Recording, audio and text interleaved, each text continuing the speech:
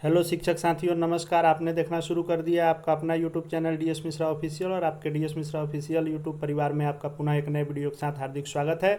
देखिए, अभी का जो वीडियो लेकर के आए हैं वह अभी सबसे ज्वलंत मुद्दा जो नियोजित शिक्षकों के लिए है और सबसे अधिक जो है चर्चा का विषय बना हुआ है, जो बिहार विद्यालय विशिष्ट शिक्षक नियमावली 2023 का जो ड्राफ्टिंग हुआ है, प्रारूप जो आया है, उसको लेकर के पूरे बिहार में नियोजित शिक्षकों में यह जो है चर्चा का विषय बना हुआ है कि क्या नियमावली है, इसका क्या इससे फ़ायदा नुकसान होने वाला है, नियमावली में क्या क्या मिला है, क्या क्या नहीं मिला है, क्या बीपीएससी से बहाल होने वाले शिक्षक और इसमें अंतर है, कहाँ क्या इसमें आपको नहीं दी गई है, क्या क्या दिया गया है, किस संवर्ग के शिक्षकों को कितना नफ़ा हो रहा है, कितना नुकसान हो रहा है, और इस पर जो आपत्ति मांगी जा रही है वह किन किन बिंदुओं पर हमको देना चाहिए और कब तक आपत्ति देना है। सभी बिंदुओं पर बारीकी से एक एक करके हम लोग आज के वीडियो में देखने समझने वाले हैं, और यह वीडियो आपके लिए बहुत ही महत्वपूर्ण होने वाला है कि आखिर कहाँ किस बिंदु पर क्या आपत्ति सुझाव और कब तक हमको देना चाहिए और किन बिंदुओं पर विरोध होना चाहिए। तो आज के वीडियो में हम लोग सभी महत्वपूर्ण बातों को देखेंगे। तो यदि अपने शिक्षक साथी के YouTube channel DS Mishra official को सब्सक्राइब नहीं किया है तो चैनल को सब्सक्राइब करके बेल आइकन को प्रेस कर लेंगे, ताकि आगे भी शिक्षा एवं शिक्षकों से संबंधित तथा शिक्षा विभाग से संबंधित हर लेटेस्ट अपडेट का एक एक न्यूज आपको सबसे पहले मिलता रहे। तो देखिए, जैसा कि शुरू से हम लोग मांग करते आ रहे थे कि बिना शर्त राजकर्मी का दर्जा दिया जाए, और बिहार विद्यालय अध्यापक शिक्षक नियमावली जो आई थी 2023 उसमें हम लोगों को समायोजित किया जाए, लेकिन बिहार सरकार काफ़ी समय से इसको टाल रही थी। और अंततः जो आया है वह बिहार विद्यालय विशिष्ट शिक्षक नियमावली 2023 के नाम से जो इसका ड्राफ्टिंग आया है वह सार्वजनिक कर दिया गया है, और इस पर आपत्ति जो मांगा गया है वह एक सप्ताह के अंदर निदेशक माध्यमिक शिक्षा के ईमेल पर आपको एक सप्ताह के अंदर ही भेजना है। चूँकि यह इसलिए आपत्ति सुझाव मांगा गया है कि जो प्रधान शिक्षक की बहाली हुई थी उसमें आपत्ति सुझाव नहीं मांगने के ही कारण कोर्ट से वह बहाली रद्द हो गई थी, और माननीय कोर्ट ने उस नियमावली के वैधता पर ही उंगली खड़ा कर दिया था। इसलिए इस बार के नियमावली में सुझाव और आपत्ति मांगा गया है। तो आगे के पूरे नियमावली को हम लोग देखते हैं कि कहाँ किस बिंदु में क्या कमी है, उस पर हमको कैसे आपत्ति और सुझाव देनी चाहिए। तो देखिए,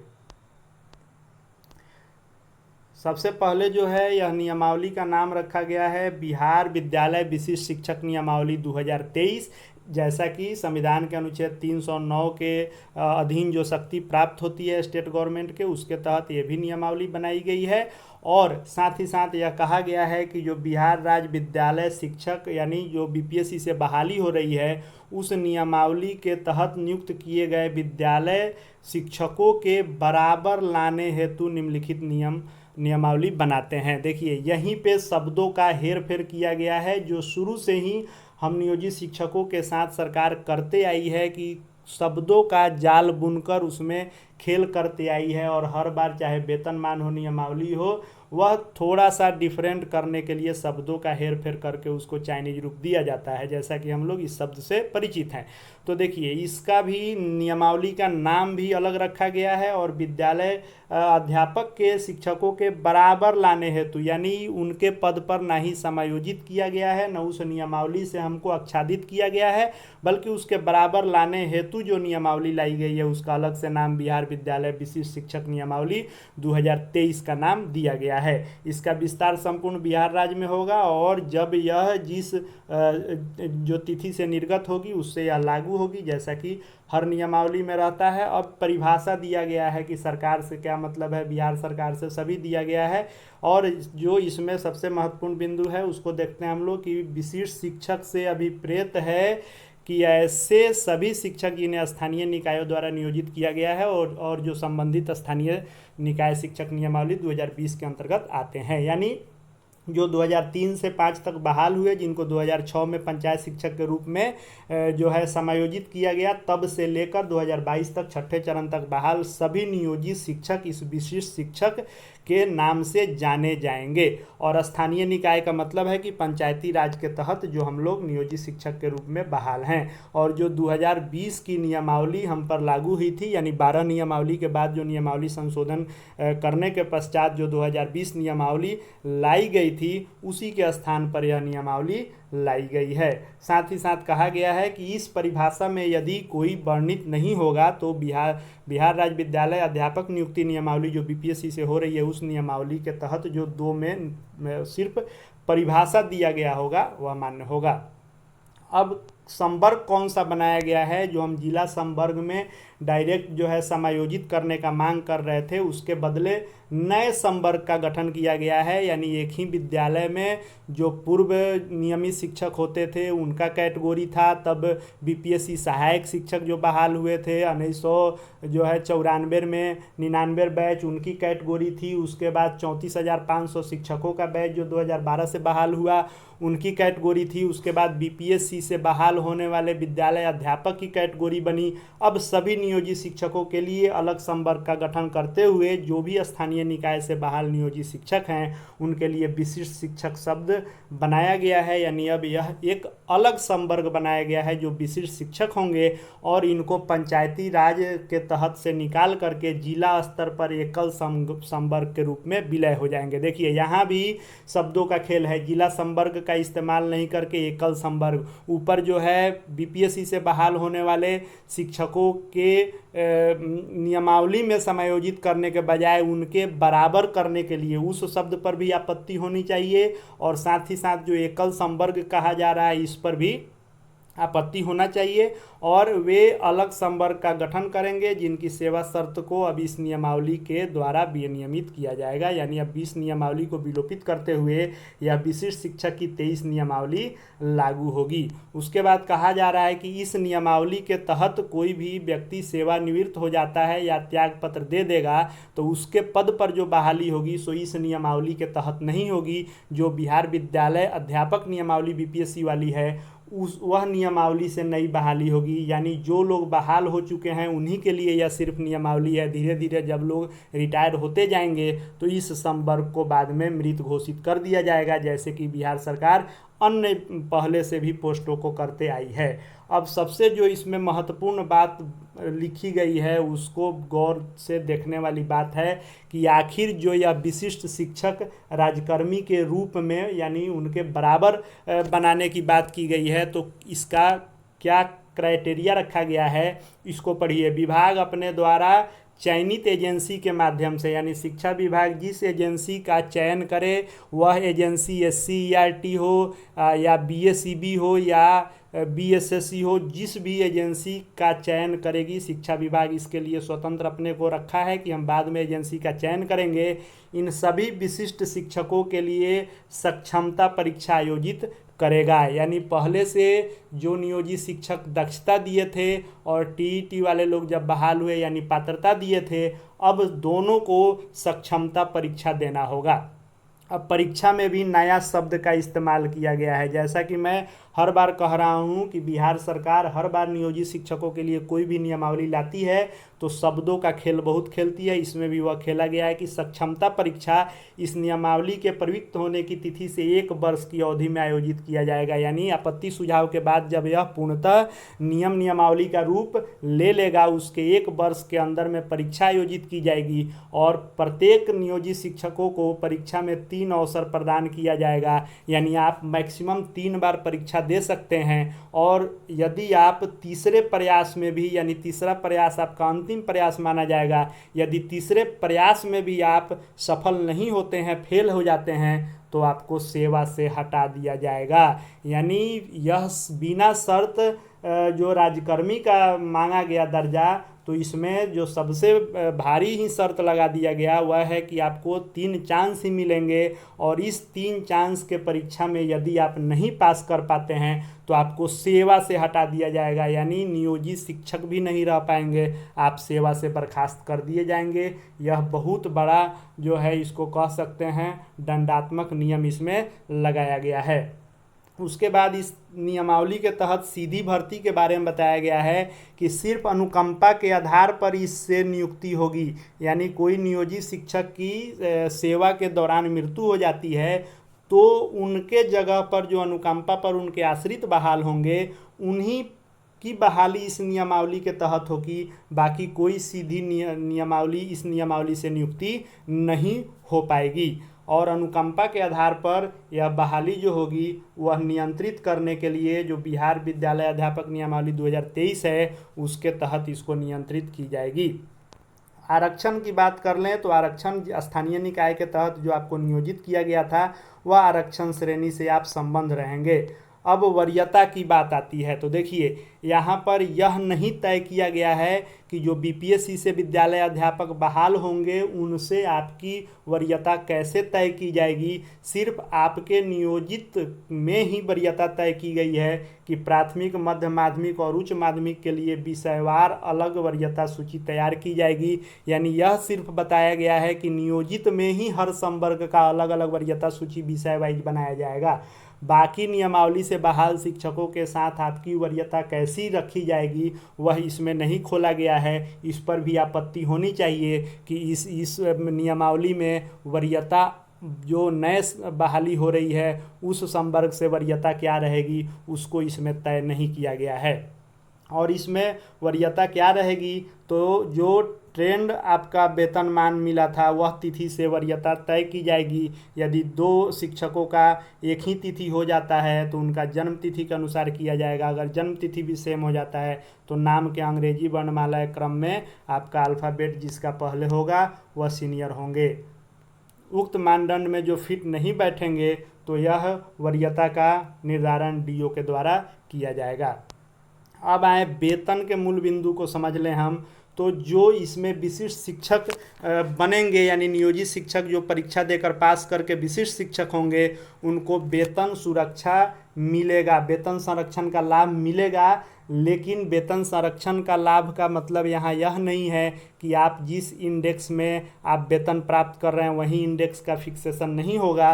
वेतन के संरक्षण का यहाँ यह है कि पे का प्रोटेक्शन का मतलब यह है कि आपको जो अभी मूल वेतन मिल रहा है अगर नए पे मैट्रिक्स जो नीचे बताया गया हम उसको भी देखेंगे समझेंगे, उसमें यदि वर्तमान में मिल रहे मूल वेतन से आपका कम होता है तो आपका कम नहीं किया जाएगा, वर्तमान मूल वेतन के समकक्ष जो उसमें इंडेक्स में होगा वह तय किया जाएगा। यानी वर्तमान में मिल रहे वेतन से आपको कम वेतन नहीं दिया जाएगा लेकिन आपका सेम इंडेक्स का फिक्सेशन नहीं होगा। आपका वेतन सिर्फ कम नहीं होगा, जो मिल रहा है उतना होगा या उसके बराबर में होगा। अब वेतनमान की बात कर लें तो वेतनमान जो तय किया गया है वह बिहार विद्यालय अध्यापक भर्ती नियमावली जो बीपीएससी से बहाली हो रही है उसी का जो वेतनमान है वह आपके लिए भी रखा गया है कि कक्षा 1 से 5 के जो विशिष्ट शिक्षक होंगे उसमें मध्य विद्यालय के शारीरिक शिक्षक भी शामिल हैं, उनको 25,000 रुपये मूल वेतन। 6 से 8 के जो मध्य विद्यालय के शिक्षक हैं उनको 28,000 रुपये मूल वेतन। और जो माध्यमिक के 9 से 10 के विशिष्ट शिक्षक होंगे जिसमें माध्यमिक विद्यालय के शारीरिक शिक्षक और जो है लाइब्रेरियन भी शामिल हैं उनको 31,000 रुपये मूल वेतन। और उच्च माध्यमिक के क्लास 11 से 12 के जो विशिष्ट शिक्षक हैं उनको 32,000 रुपये मूल वेतन। साथ ही साथ जो अन्य भत्ता होता है यानी महंगाई भत्ता, HRA मकान किराया भत्ता, मेडिकल जो होता है अलाउंस, चिकित्सा भत्ता और CTA जो BPSC वाले को देने की बात आई है वह शहरी परिवहन भत्ता CTA आपको भी मिलेगा। अब विभाग अपनी नीति को ध्यान में रखते हुए समय समय पर विशिष्ट शिक्षकों के उपरोक्त वेतन और भत्तों को संशोधित कर सकता है। तो यहाँ पर हमारा आपत्ति और सुझाव यह होना चाहिए कि हमको इंडेक्स संरक्षण का लाभ दिया जाए कि जिस इंडेक्स में जिसका फिक्सेशन हो रहा है वह मिले तो वेतन आपका नए बहाल शिक्षकों से अधिक बनेगा। अब प्रमोशन की बात कर लें तो प्रमोशन में तो बिल्कुल ही छला गया है। प्रमोशन एक तरह से आपका ख़त्म ही कर दिया गया है। देखिए 1 से 5 के जो विशिष्ट शिक्षक होंगे, यदि 8 वर्ष उनकी सेवा हो जाएगी तो उनको 6 से 8 के विशिष्ट शिक्षक बनाया जाएगा, वो भी उपलब्ध रिक्तियों के आधार पर। आगे हम लोग देखेंगे कि इस प्रमोशन के लिए आपका कोई अधिकार दावा नहीं होगा, विभाग अपनी उपलब्ध रिक्तियों एवं नियमानुसार करेगा।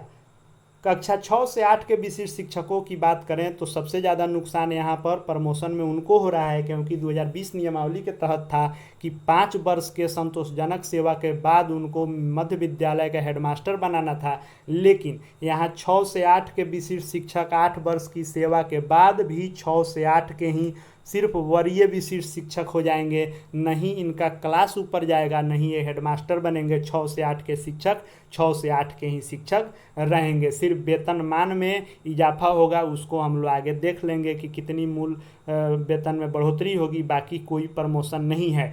उसके आगे देखें तो 9 से 10 के शिक्षकों का प्रमोशन, या जो 9 से 10 लिखा गया है यह 9 से 12 तक के विशिष्ट शिक्षक हो जाएंगे। 9 से 10 वाले शिक्षक 8 वर्ष के सेवा के बाद, वो भी उपलब्ध रिक्ति के अनुसार, और 11 से 12 के जो विशिष्ट शिक्षक होंगे वे 8 वर्ष के बाद उसी क्लास के वरीय विशिष्ट शिक्षक होंगे, जिनको मात्र मूल वेतन में बढ़ोतरी होगी।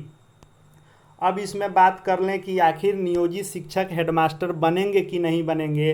तो जो इसमें नियोजित शिक्षक विशिष्ट शिक्षक बनेंगे उस आधार पर या सेवा अवधि के आधार पर बिल्कुल भी ये कभी हेडमास्टर नहीं बनेंगे, क्योंकि यहाँ लिख दिया है कि प्रधान शिक्षक जिसकी बहाली हो रही थी, रुकी हुई है 1 से 5, एवं प्रधानाध्यापक उच्च माध्यमिक विद्यालयों के लिए नियुक्ति प्रतियोगिता परीक्षा के आधार पर संबंधित नियमावली के अनुसार, यानी बीपीएससी से ही हेडमास्टर बहाल होंगे। हाई स्कूल और 1 to 5 के स्कूलों का क्लियर कर दिया गया है। यहाँ भी मध्य विद्यालय 6 से 8 के जो विद्यालय होंगे उनके लिए नहीं तय किया गया है कि कौन हेडमास्टर होंगे। हो सकता है कि 1 to 5 वाले को ही बाद में प्रमोशन करके बनाया जाए, लेकिन नियोजित शिक्षक डायरेक्ट कभी हेडमास्टर नहीं होंगे, वे बीपीएससी से परीक्षा के माध्यम से ही आ सकते हैं, और कोई भी प्रमोशन के लिए आप दावा नहीं कर सकते हैं, या आपका अधिकार के रूप में नहीं दिया गया है, या विभाग अपने स्वविवेक और रिक्ति इत्यादि के आधार पर करेगा। स्थानांतरण की बात कर लें तो इसमें भी बहुत सारे पेच लगाए गए हैं। विशिष्ट शिक्षक का स्थानांतरण होगा, लेकिन कैसे होगा, तो जिला शिक्षा पदाधिकारी जो है छात्र शिक्षक अनुपात, जनहित इत्यादि को देखते हुए जिला के अंतर्गत ही स्थानांतरण करेंगे। अगर आपको अंतर जिला स्थानांतरण चाहिए तो आपको निदेशक प्राथमिक शिक्षा या निदेशक माध्यमिक शिक्षा, जैसा मामला हो, यानी जिस आप संवर्ग के हों उनके द्वारा होने पर ही आपका अंतर जिला स्थानांतरण होगा। अब अनुशासनात्मक जो कार्रवाई होगी वह जो है बहुत लंबा चौड़ा दिया गया है, यानी जो नियमावली मिला है उससे अधिक कहीं आपको दंडात्मक कार्रवाई का इसमें नियमावली में सब कुछ रखा गया है। निलंबन से लेके छोटा दंड से लेके जो है बृहद दंड इत्यादि, विभागीय कार्रवाई कैसे किया जाएगा, निलंबन इत्यादि है जो बहुत विस्तृत है। यानी जो भी जो है सरकारी सेवक के ऊपर नियम लागू होता है वह सब इसमें रखा गया है। काम नहीं तो वेतन नहीं इत्यादि सब कुछ नियम रखा गया है। और यह नियमावली जो है प्रारूप के रूप में रखी गई है, क्योंकि पिछला बार जो है प्रारूप बिना बनाए बिना आपत्ति सुझाव के बहाली शुरू हो गई थी, जिस पर कोर्ट ने स्टे लगा दिया था। इसीलिए इस बार सुझाव और आपत्ति मांगा गया है, तो अधिक से अधिक सभी बिंदुओं पर आपत्ति एवं सुझाव दिया जाए ताकि इसमें सुधार हो सके।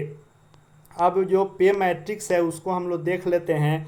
तो जो पे मैट्रिक्स बनाया गया है वह है कि 25,000 रुपये जो है 1 to 5 के शिक्षकों को 25,000 रुपया मिलेगा, 6 to 8 के शिक्षकों को 28,000 मिलेगा, और जो 6 to 8 के शिक्षक जिनका 8 वर्ष सेवा अवधि हो जाएगा उनको वरीय विशिष्ट शिक्षक 6 to 8 का ही जो हमने बताया कि मात्र वहीं प्रमोशन मिलेगा, तो 2,000 रुपये मूल वेतन में बढ़ोतरी करके 30,000 किया जाएगा। 9 to 10 का 31,000 रखा गया है, 11-12 के विशिष्ट शिक्षक का 32,000, और 11-12 के जो वरीय विशिष्ट शिक्षक होंगे उनको 34,000 रुपया इसमें मूल वेतन दिया जाएगा। और आपको वेतन संरक्षण का लाभ मिलेगा कि यदि आपका वर्तमान में मिल रहा वेतन से कम होगा तो इस इंडेक्स में जो समस्थानिक होगा वह आपको मिलेगा। जैसे मान लीजिए अभी आपको 27,000 जो है मिल रहा हो तो आपका 27,320 मूल वेतन पर फिक्सेशन हो जाएगा। यदि आपका 29,500-600 मिल रहा हो तो 29,700 पर हो जाएगा, यानी उसके समकक्ष वाले में होगा। यानी आपका वेतन कम नहीं होना चाहिए, लेकिन जो आपको इंडेक्स मिल रहा होगा, जैसे 7वां 8वां या 9वां 10वां 11वां इंडेक्स तक लोग पा रहे हैं, वह सेम इंडेक्स आपको नहीं मिलने जा रहा है। तो एक तरह से देखें तो यह जो है, इसमें भी पूर्णतः नियोजित शिक्षकों को छलने का काम किया गया है और शब्दों की जो है पूर्णतः इसमें खेल दिखाया गया है। शब्दों की जो बाजीगरी शुरू से शिक्षा विभाग बिहार सरकार हम नियोजित शिक्षकों के साथ करते आया है, वह फिर से किया गया है। और विद्यालय अध्यापक नियमावली जो बीपीएससी से बहाली हो रही है, उसमें समायोजित न करते हुए यह विशिष्ट शिक्षक के नाम पर अलग नियमावली बना करके और कहीं ना कहीं छलने का पुनः काम किया गया है। फिलहाल आगे जो हो, लेकिन इसमें जहाँ जहाँ चाहे वह आपको हमने बताया कि यहाँ जो नाम दिया गया है और यह बराबर कहा गया है, इस पर आपत्ति होनी चाहिए। और यह बराबर कहा गया, बराबर क्यों, उसमें क्यों नहीं हमको किया जाए समायोजित। और दूसरा जो एकल संवर्ग है, इसमें जिला संवर्ग क्यों नहीं होना चाहिए। साथ ही साथ जो परीक्षा में 3 बार नहीं पास होने पर उनको सेवा से हटा दिया जाएगा, इस पर भी आपत्ति होनी चाहिए। कि कोई व्यक्ति अगर 16 साल 20 साल अगर सेवा दिया है, यदि आपने ही बहाली किया है तो किस क्राइटेरिया पर किया, या आपकी भी गलती थी, तो 20 साल सेवा के बाद यदि आप उस व्यक्ति को हटा देते हैं तो उनके परिवार का भरण पोषण कौन करेगा, कैसे करेगा। इन सब चीज़ों पर भी आपत्ति की आवश्यकता है। दूसरा, वरीयता पर भी सबसे ज़्यादा इस पर जोर होना चाहिए कि आखिर जो बीपीएससी से बहाल शिक्षक आएंगे उनसे हमारी वरीयता कैसे तय की जाएगी, वह भी इसमें क्लियर होना चाहिए। और वेतन का जो संरचना है, इसमें भी होना चाहिए कि जो हमको जिस इंडेक्स में मिल रहा है उस इंडेक्स में हमको मिलना चाहिए। इन सब चीज़ों पर आप आपत्ति सुझाव दे सकते हैं। 1 सप्ताह के अंदर में आप आपत्ति सुझाव इस ईमेल आईडी जो माध्यमिक शिक्षा निदेशक का है, इस पर निश्चित रूप से करें। आगे शिक्षा विभाग इसमें क्या आपत्ति सुझाव करता है, यह देखने वाली बात होगी। आगे के लिए सभी नियोजित शिक्षक भाइयों को शुभकामनाएं। इस वीडियो को देखने के लिए आपका बहुत बहुत धन्यवाद।